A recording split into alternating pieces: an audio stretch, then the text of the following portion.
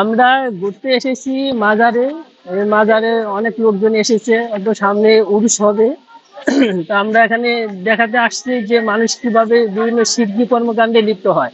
এখানে অহরহ মানুষ আছে যে তারা সিদ্ধি কর্মকাণ্ডে লিপ্ত হয়। মাজারে মানত করা, আগরবাতি মোমবাতি জ্বালানো, এমনকি সেজদা করা, এই সমস্ত কাজকর্মগুলো তারা করে থাকে।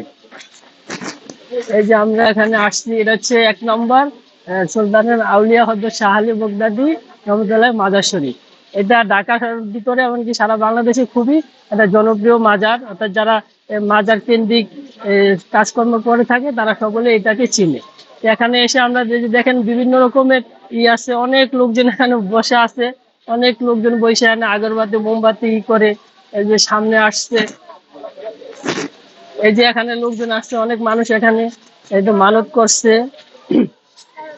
মানত করে একটা ইবাদত, ইবাদত একমাত্র আল্লাহর উদ্দেশ্যে করতে হয়, কিন্তু এখানে হাঁস মুরগি গরু ছাগল এগুলো অনেকে নিয়ে আসে, মনে করা যাবে না।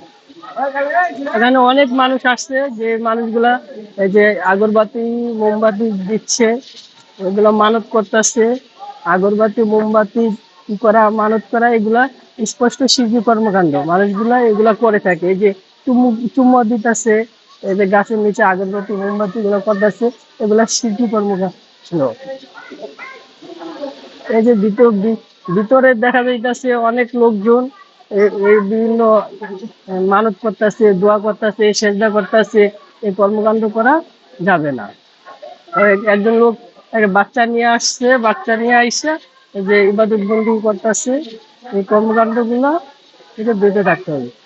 এখানে অনেক শিল্পী কর্মকাণ্ড হয়, অনেক মানুষ আছে বিভিন্ন ধরনের শিল্পী ইবাদত মানত এগুলাতে লিপ্ত থাকে। এগুলা থেকে মানুষকে আল্লাহ হেদায়েত দান করে।